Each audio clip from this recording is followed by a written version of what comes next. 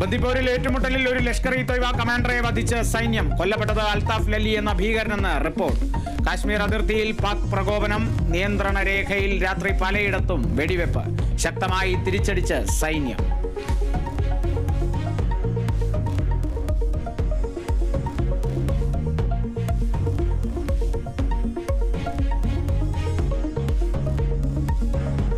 പഹൽഗാം ഭീകരാക്രമണത്തിൽ കൊല്ലപ്പെട്ട ഇടപ്പള്ളി സ്വദേശി രാമചന്ദ്രന് നാടിന്റെ അന്ത്യാഞ്ജലി. അന്തിമോപചാരം അർപ്പിച്ച് ഗവർണർമാരും മന്ത്രിമാരും അടക്കം നൂറുകണക്കിന് പേർ.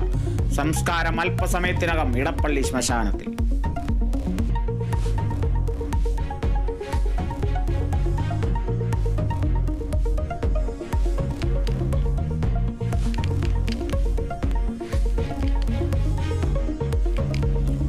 പഹൽഗാം ഭീകരാക്രമണം നടത്തിയ കശ്മീരികളായ 2 ഭീകരരുടെ വീടുകൾ തകർത്തു.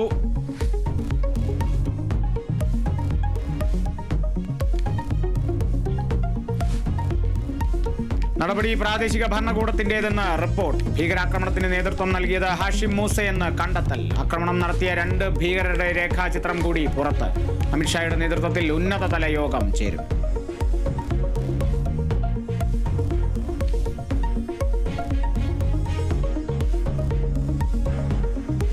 വയനാട് എരുമക്കൊല്ലിയിൽ കാട്ടാന ആക്രമണത്തിൽ മരിച്ച ഒരാൾ കൊല്ലപ്പെട്ടതിൽ പ്രതിഷേധം ശക്തം. ജില്ലാ കളക്ടറുടെ അധ്യക്ഷതയിൽ യോഗം.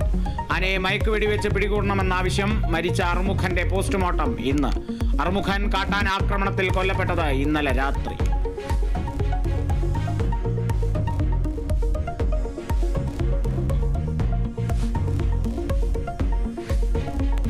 ഫ്രാൻസിസ് മാർപ്പാപ്പയ്ക്ക് വിട ചൊല്ലാൻ ലോകം. അന്ത്യാഞ്ജലി അർപ്പിക്കാൻ സെന്റ് പീറ്റേഴ്സ് ബസിലിക്കയിലേക്ക് വിശ്വാസികളുടെ ഒഴുക്ക് തുടരുന്നു.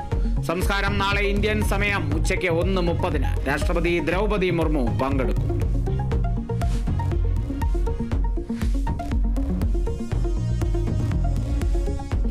ക്രിസ്മസ് പരീക്ഷാ ചോദ്യപേപ്പർ ചോർച്ചാ കേസിൽ 2 പേരെ കൂടി പ്രതി ചേർത്ത് ക്രൈംബ്രാഞ്ച്. പ്രതി ചേർത്തത് MS സൊല്യൂഷൻസ് മാനേജരെയും അധ്യാപകനെയും.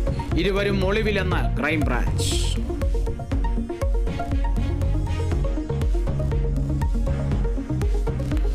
IPL നിന്ന് ഹൈദരാബാദ് ചെന്നൈ പോരാട്ടം. മത്സരം രാത്രി 7:30 ചെന്നൈയിൽ. ഇരു ടീമുകൾക്കും ജയം അനിവാര്യം.